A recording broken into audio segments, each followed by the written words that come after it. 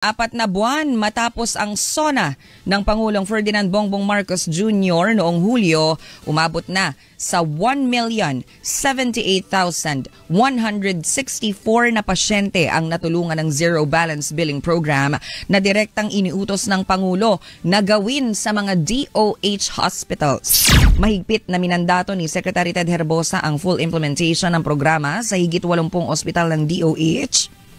Excuse me po.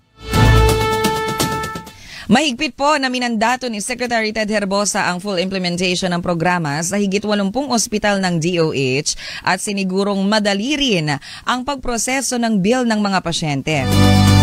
Ilan sa mga DOH hospital na rin ang nagpapatupad ng paperless billing kung saan dinadala na po ang resibo sa bedside o kama ng pasyente kung saan nakasaad na zero ang babayaran nila. Ramdam ang Zero Balance Billing o ZBB maging na mga pasyenteng sumasailalim sa mga komplikadong medical procedures na umaabot sa milyong piso ang halaga tulad ng dialysis, surgery at chemotherapy.